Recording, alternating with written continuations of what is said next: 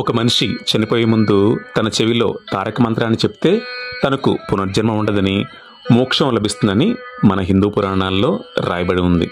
కానీ ఆ మనిషి చనిపోయింది కాశీపట్నంలో అయితే మాత్రం మీరు ఈ తారక మంత్రాన్ని చెప్పనక్కర్లేదు. ఎందుకంటే చనిపోతున్న వ్యక్తి చెవిలో సాక్షాత్తు ఆ పరమేశ్వరుడే ఆ తారక మంత్రాన్ని చెబుతాడు కాబట్టి. అలా శివుని నోటి నుంచి వచ్చిన ఆ తారక మంత్రం చనిపోతున్న వ్యక్తి చెవిలో పడిన మరుక్షణం ఆ ఆత్మను తీసుకెళ్ళడానికి వస్తున్న యమభటులు తిరిగి వెనక్కి వెళ్ళిపోతారు. స్వయంగా శివగణాలే ఆ ఆత్మను మోక్ష మార్గంలోకి తీసుకెళ్తారు. నేను చెప్పే ప్రతి అక్షరం 18 పురాణాల్లో ఒకటైన స్కంద పురాణం కాశీకాండలో చాలా క్లియర్గా రాయబడి ఉంది. కాబట్టే ఒకప్పుడు మన ఊర్లో వయసు పైబడిన ముసలివాళ్ళు చివరి రోజులు కనుక కాశీయాత్రకు వెళితే తిరిగి వెనక్కి రాకుండా అక్కడే ప్రాణం వదిలేసేవాళ్ళు. అయితే ప్రతి సంవత్సరం 40,000కు పైగా అంత్యక్రియలు జరుగుతూ ఒక మహా శ్మశానంలా పిలువబడే ఈ వారణాసి గురించి నేను రాబోయే వీడియోల్లో చాలా క్లియర్గా చెప్పబోతున్నాను. మొదటిగా తారక మంత్రాన్ని స్క్రీన్ మీద చూడగలరు. శ్రీరామ రామ రామేతి రమే రామే మనోరమే సహస్రనామ తత్తుల్యం రామనామ వరాననే. ఈ శ్లోకాన్ని 3 సార్లు జపించడం వలన విష్ణు సహస్రనామం, శివ సహస్రనామం పారాయణం చేసినంత ఫలితం లభిస్తుందని విశ్వసిస్తారు. అయితే కాశీ మహానగరం ఎలా ఏర్పడిందో తెలుసుకుందాం. నేను మిమ్మల్ని కొన్ని కోట్ల సంవత్సరాల వెనక్కి తీసుకెళ్ళబోతున్నాను. మీ అందరికీ ఇప్పుడు మనం కలియుగంలో ఉన్నామన్న విషయం తెలుసు కదా.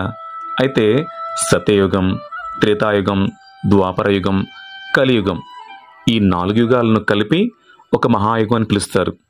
ఇలాంటి 71 మహాయుగాలు కలిస్తే ఒక మన్వంతరం, 14 మన్వంతరాలు కలిస్తే ఒక కల్పం, అలాంటి 2 కల్పాలు కలిస్తే బ్రహ్మ జీవితంలో ఒకరోజు.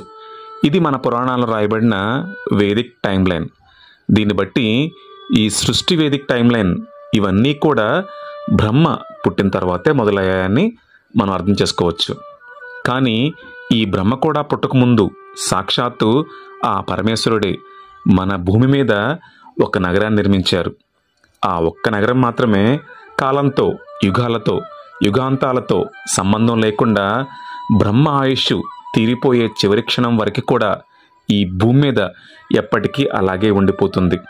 అదే మోక్షపురి, శివపురి, అవిముక్త క్షేత్రంగా పిలువబడే వారణాసి. సాధారణంగా బ్రహ్మ జీవితంలో ఒక కల్పం పూర్తయిన ప్రతిసారి ప్రళయం వచ్చి మొత్తం భూమి మీద జీవరాశులన్నీ అంతమైపోయి మళ్ళీ కొత్త కల్పం స్టార్ట్ అవుతుంది. కానీ అలాంటి కల్పాలు ఎన్ని మారినా, ఇలాంటి ప్రళయాలు ఎన్ని వచ్చినా ఒక్క కాశీనగరాన్ని మాత్రం ఆ పరమేశ్వరుడు తన త్రిశూలం మీద పెట్టుకుని కాపాడుతూ ఉంటాడు అని స్కంద పురాణంలో రాయబడి ఉంది. ఒకరోజు పరమేశ్వరుడు ఒంటరిగా కూర్చొని ధ్యానం చేస్తున్నప్పుడు రాబోయే కాలంలో జన్మించే బ్రహ్మ గురించి, బ్రహ్మ సృష్టించబోయే జీవరాశుల గురించి, ఆ జీవరాశులు చేయబోయే పాపపుణ్యాల గురించి, వాళ్ళు చేసే పాపాలకు అనుభవించక తప్పని అత్యంత కఠినమైన శిక్షల గురించి తన దివ్యదృష్టితో చూస్తారు. అది చూసిన పరమేశ్వరుడు చలించిపోయి ఆ జీవరాశుల్ని పాపాల నుంచి బయటపడేయటానికి, వాళ్లను మోక్ష మార్గంలో నడిపించడానికి ఒక శాశ్వతమైన మోక్ష పురిని నిర్మించాలి అని అనుకుంటారు. అలా ఆ రోజు తన మంత్రశక్తితో, మనోబలంతో ఈ భూమి మీద నిర్మించిన అతి పురాతనమైన క్షేత్రమే కాశీ. అయితే ఈ కాశీపట్నం గురించి తెలుసుకున్న శ్రీ మహావిష్ణువు ఆ క్షేత్ర వైభవాన్ని మరింత పెంచడానికి, కాశీని పరమేశ్వరుడి నివాసస్థలంగా మార్చడానికి 1000 సంవత్సరాల పాటు కాశీలో ఒంటి కాలి మీద తపస్సు చేశారు. ఆ టైంలోనే తన ఒంటి నుంచి వస్తున్న చెమట బిందువులు ఒక చోట చేరి ఒక చెరువులా ఏర్పడ్డాయి. అయితే విషయం తెలుసుకున్న పరమేశ్వరుడు ప్రత్యక్షమయ్యి విష్ణువు కోరికకు అంగీకారం తెలుపుతూ తన తలను ఊపినప్పుడు తన చెవికున్న కుండలం తెగి ఆ చెరువులో పడిపోతుంది. అలా విష్ణువు చెమట కారణంగా, పరమేశ్వరుడి కుండలి కారణంగా ఆ రోజు ఏర్పడ్డ ఆ ప్రదేశాన్నే ఇప్పుడు మనం మణికర్ణిక ఘాట్ అనే పేరుతో పిలుస్తున్నాం. ఇందులో మణి అంటే కుండలమని, కర్ణిక అంటే చెవి నుండి అని అర్థం వస్తుంది. అయితే అంతటి పవిత్రమైన ఈ మణికర్ణిక ఘాట్లో ఏ మనిషి శరీరానికి అంత్యక్రియలు జరిగినా ఆ మనిషి జనన మరణ చక్రం నుంచి బయటపడిపోయి ఖచ్చితంగా మోక్షాన్ని పొందుతారు అని కాశీలో చెప్తారు. అలా భూమి మీద మొట్టమొదటిసారిగా కాశీనగరం, మణికర్ణిక ఘాట్ ఏర్పడ్డాయి. అయితే కాశీనగరం ఏర్పడిన కొంతకాలం తర్వాత బ్రహ్మ జన్మిస్తారు. సృష్టి మొదలవుతుంది. అయితే సత్యయుగం మొదటి దశలో బ్రహ్మకు దక్ష ప్రజాపతి అనే మానసపుత్రుడు జన్మిస్తాడు. కాలక్రమేణా దక్ష ప్రజాపతికి పుట్టిన అతి సౌందర్యవతి అయిన కూతురే సతీదేవి. అయితే కొంతకాలం తర్వాత సతీదేవి పరమేశ్వరుని ఇష్టపడటంతో వాళ్ళిద్దరికీ అంగరంగ వైభవంగా పెళ్లి జరుగుతుంది. అలా వాళ్ళ పెళ్లి జరిగిన కొన్ని వందల సంవత్సరాల తరువాత కొన్ని కారణాల వల్ల పరమేశ్వరుడికి దక్ష ప్రజాపతికి దూరం పెరుగుతుంది. ఓ రోజు శివుడి మామైన దక్షుడు దక్షయజ్ఞాన్ని నిర్వహిస్తారు. అయితే ఆ యజ్ఞానికి దక్షుడు శివుడిని, సతీదేవిని ఆహ్వానించలేదు. వాళ్లను పిలవకపోయినా ఆ యజ్ఞానికి వచ్చినందువల్ల దక్షుడు సతీదేవిని చాలా ఘోరంగా అవమానిస్తారు. అందరి ముందు పరమేశ్వరుడిని తక్కువ చేసి మాట్లాడుతూ ఘోరంగా అవమానిస్తూ మాట్లాడతారు. సతీదేవి పరమేశ్వరుని అలా తక్కువ చేసి మాట్లాడటం అవమానంగా భావిస్తారు. ఆ అవమానాన్ని తట్టుకోలేని సతీదేవి అక్కడ హోమం జరుగుతున్న అగ్నిగుండంలో దూకి ఆత్మహత్య చేసుకుంటుంది. అది తెలుసుకున్న పరమేశ్వరుడు తన జడల నుంచి వీరభద్రుని సృష్టించి దక్ష ప్రజాపతిని చంపేస్తారు. తరువాత సతీదేవి మృతదేహాన్ని తన 2 చేతులతో తీసుకుని కోపంతో రుద్రతాండవం చేస్తూ ముల్లోకాలను నాశనం చేయబోతారు. దాన్ని ఆపటానికి ఏ దారి లేక విష్ణుమూర్తి తన సుదర్శన చక్రాన్ని వదిలి సతీదేవి శరీరాన్ని 51 ముక్కలుగా చేస్తారు. ఆ 51 ముక్కలే ప్రపంచం మొత్తం ఖండఖండాలుగా పడిపోతాయి. అందులో 18 భాగాలు మన భారతదేశంలో పడ్డాయి. వాటినే మనం ఇప్పుడు అష్టాదశ శక్తిపీఠాలుగా పిలుచుకుంటాం. అయితే ఆ 18 భాగాలలో సతీదేవి చెవి భాగం కాశీక్షేత్రంలో పట్టడం వల్లే కాశీలో విశాలాక్షి అమ్మవారి శక్తిపీఠం ఏర్పడింది. అయితే అలా దక్షుడి కారణంగా మరణించిన సతీదేవి కొన్ని వేల సంవత్సరాల తరువాత ఆది సత్యయుగంలో హిమవంతుడు మరియు మైనవతిల కుమార్తెగా పార్వతీదేవి జన్మిస్తుంది. పర్వతరాజ తనయ గనక పార్వతి అని ఆమెను పిలువబడింది. కాలక్రమేణా మళ్ళీ శివుడిని పెళ్లి చేసుకుంటుంది. అయితే అంగరంగ వైభవంగా జరిగిన వాళ్ళ పెళ్లి తరువాత కైలాసానికి తిరిగి వస్తారు. అంగరంగ వైభవంగా జరిగిన వాళ్ళ పెళ్లి తరువాత కైలాసానికి తిరిగి వస్తారు శివపార్వతులు. ఓ రోజు వారిద్దరి మధ్య ఒక చర్చ జరుగుతుంది. అప్పుడు శివుడు పార్వతీ అమ్మవారితో ఈ ప్రపంచంలో ఉన్న ప్రతి ఒక్కటి మాయే, అది శరీరమైన, ఆకలైన, ఆహారమైన అని అంటారు. అయితే పార్వతీ అమ్మవారికి ఆహారం అనేది కూడా ఒక మాయే అన్న పదం నచ్చపోవటంతో ఆహారం అనేది లేకపోతే ఈ ప్రపంచం ఎలా తల్లడిల్లిపోతుందో మీరే చూడండి అని చెప్పి తన అన్నపూర్ణాదేవి శక్తితో పాటు మాయమైపోతుంది. అంతే, ఒక్కసారిగా భూమి మీద నదులు ఎండిపోయి చెట్లు రాలిపోయి ఆహారం అనేది లేకపోవటంతో సాధారణ మానవులు, దేవదేవతలతో పాటు ఆకలికి పరమేశ్వరుడు కూడా ఇబ్బంది పడే పరిస్థితి వస్తుంది. అయితే అదే సమయంలో పార్వతీదేవి కాశీపట్నంలో అన్నపూర్ణాదేవిగా మారి ఆకలితో తప్పించిపోతున్న వాళ్ళందరికీ 3 పూట్ల ఆహారాన్ని పెడుతూ ఉంటుంది. అప్పుడే ఆహారం, ఆకలి మాయ కాదు అని అర్థం చేసుకున్న పరమేశ్వరుడు ఆకలితో అన్నపూర్ణాదేవి ముందు చేతిలో ఒక పాత్రను పట్టుకొని నుంచుంటారు. అది చూసిన పార్వతీదేవి శివుడిని చూసి మెల్లగా నవ్వుతూ తన ఆకలిని కూడా తీరుస్తుంది. అందుకే ఇప్పటికీ కాశీలో ఉన్న అన్నపూర్ణాదేవి దేవాలయంలో అన్నపూర్ణాదేవి ఒక చేత్తో ఆహారం ఉన్న పాత్రను పట్టుకుని ఇంకో చేత్తో ఆహారాన్ని వడ్డిస్తున్నట్లు ఉంటే శివుడి విగ్రహం అన్నపూర్ణాదేవి ముందు చెయ్యి చాచి ఆ పాత్రలో అన్నం పెట్టించుకున్నట్లుంటుంది. ఇప్పుడు గంగాదేవి భూమి మీదకి ఎలా వచ్చిందో చూద్దాం. అది త్రేతాయుగం. శ్రీరాముడి వంశమైన ఇక్ష్వాకు వంశంలో రాముడు పుట్టడానికన్నా కొన్ని తరాల ముందు సాగర అనే ఒక చక్రవర్తి ఉండేవారు. ఆయనకు మొదటి భార్య ద్వారా ఒక కొడుకు, రెండో భార్య ద్వారా 60,000 మంది కొడుకులు ఉండేవాళ్ళు. అయితే సాగర చక్రవర్తి ఒకరోజు తన రాజ్యాన్ని విస్తరించడానికి, ఎదురులేని విజయాన్ని సాధించడానికి అశ్వమేధ యాగాన్ని మొదలు పెడతారు. ఈ అశ్వమేధ యాగంలో ఒక తెల్లటి గుర్రాన్ని తీసుకొచ్చి దానికి పూజలు చేసి 1 సంవత్సరం పాటు ఆ గుర్రాన్ని వదిలేస్తారు. అయితే ఆ సంవత్సర కాలంలో ఆ గుర్రం ఏ రాజ్యాల్లో అయితే తిరుగుతుందో ఆ రాజ్యాలన్నింటినీ ఆ యజ్ఞాన్ని మొదలుపెట్టిన చక్రవర్తి పరిపాలిస్తారు. ఎవరైతే ఆ చక్రవర్తి పాలనను తిరస్కరిస్తారో వాళ్ళు ఆ గుర్రాన్ని ఆపేస్తారు. అలా ఆపేశారంటే మాత్రం ఆ చక్రవర్తితో యుద్ధానికి సిద్ధమైనట్లే. అయితే సాగర చక్రవర్తి పంపిన ఆ గుర్రం అలా రాజ్యాలు తిరుగుతూ తిరుగుతూ సడన్గా ఓ రోజు కనిపించకుండా పోతుంది. విషయం తెలుసుకున్న సాగర చక్రవర్తి తన 60,000 మంది కొడుకుల్ని పిలిచి ఈ ప్రపంచంలో ఆ గుర్రం ఎక్కడున్నా సరే వెంటనే ఆ గుర్రాన్ని నా దగ్గరకు తీసుకురండి అని ఆదేశిస్తారు. అయితే తండ్రి ఆదేశం మేరకు ఆ గుర్రం కోసం వెతికి వెతికి ఎక్కడా కనిపించకపోవటంతో చివరికి భూమిలో ఒక స్వరంగాన్ని తవ్వుతూ ఆ గుర్రాన్ని వెతకడం మొదలు పెడతారు.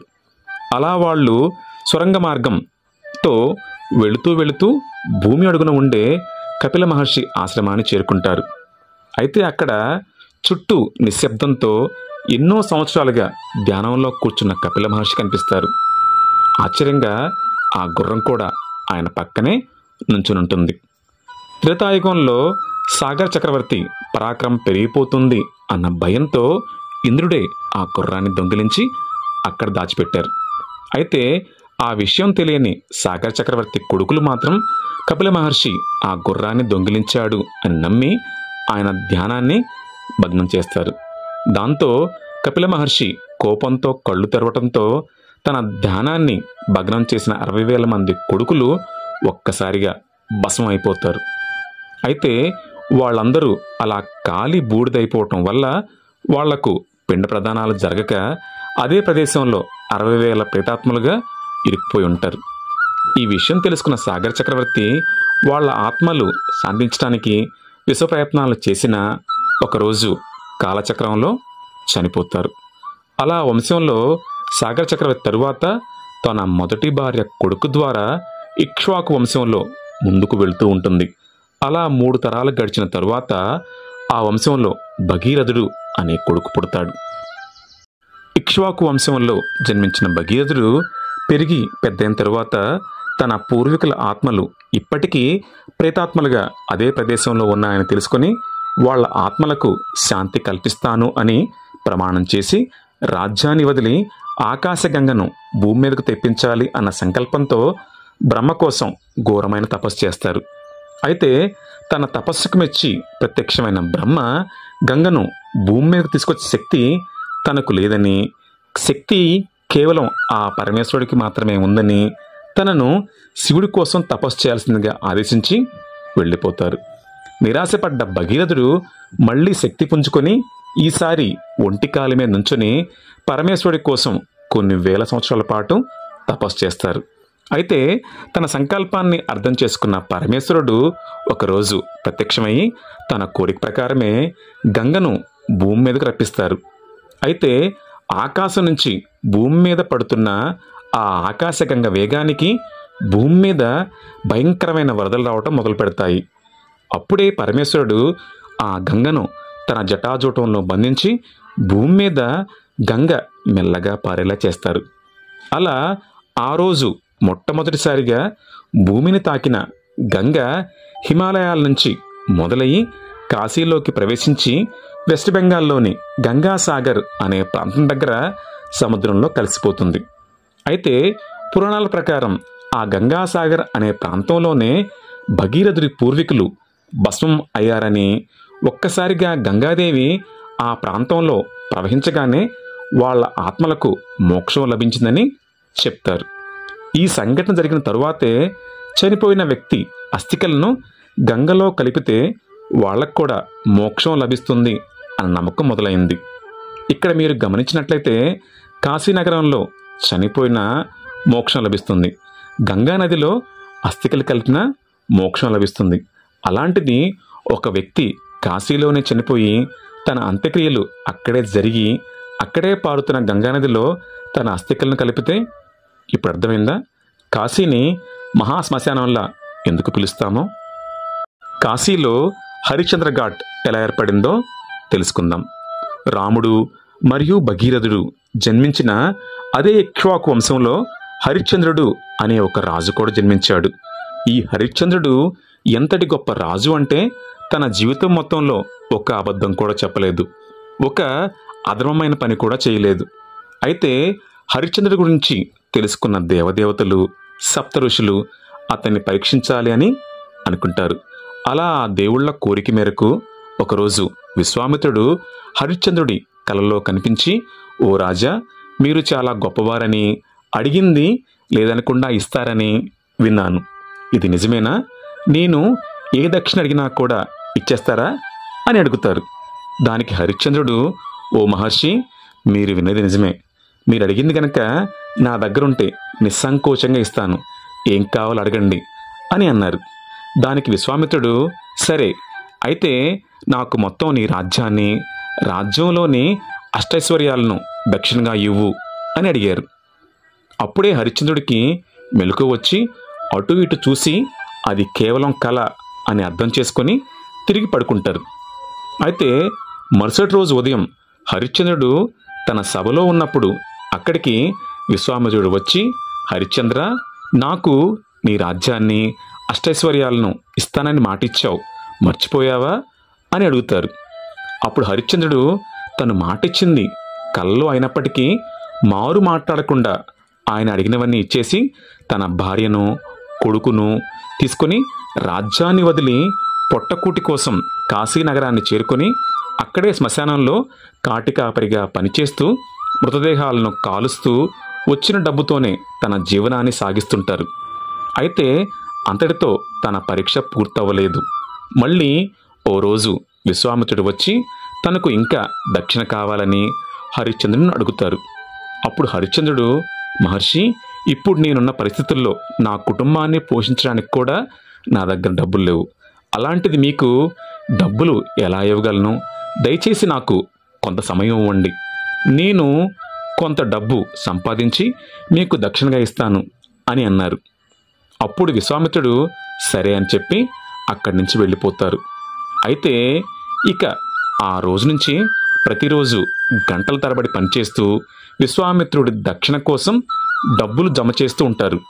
కానీ అనుకోకుండా ఓ రోజు పాము కాటుతో చనిపోయిన తన కొడుకునే తను పనిచేసే శ్మశానానికి తీసుకొస్తారు.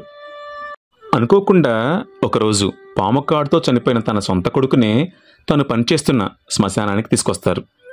అది చూసిన హరిశ్చంద్రుడు గుండె పగిలిపోయినప్పటికీ తన భార్య తారామతితో, తారా, నీవు నా భార్యవే, చనిపోయింది మన కుమారుడే, అయినప్పటికీ నేను చేస్తున్న ఈ వృత్తి ధర్మం ప్రకారం నాకు డబ్బులు ఇవ్వక తప్పదు అని అంటారు.